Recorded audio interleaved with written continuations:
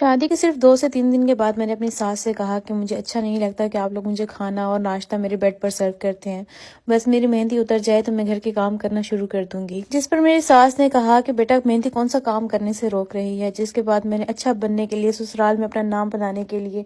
انہیں کہہ دیا کہ ٹھیک ہے، میں صبح سے گھر کے کام کرنا شروع کر دوں گی۔ میں نے واقعی ایسے ہی کیا، میں نے صبح سے گھر کے کام کرنا شروع کر دیا اور میرے شوہر نے جب مجھے کام کرتے دیکھا تو مجھے ڈانٹا،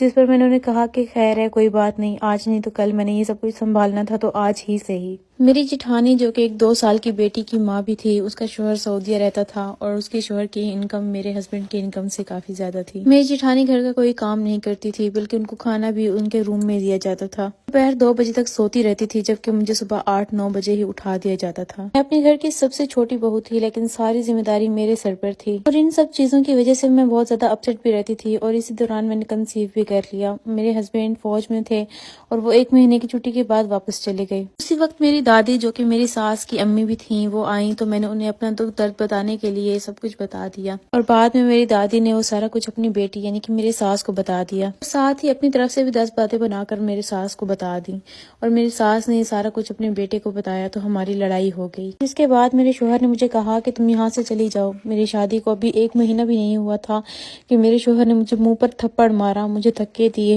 اور اپنی ماں سے کہنے لگا کہ اس کو بولو کہ اپنی اوقات میں رہے۔ غصے میں آ کر میں نے بھی اپنے ہاتھ سے انگوٹھی اتار کر پھینک دی اور اپنے شوہر سے بولا کہ اس کو کسی اور کو پہنا دو۔ میرے سسرال والوں کی وجہ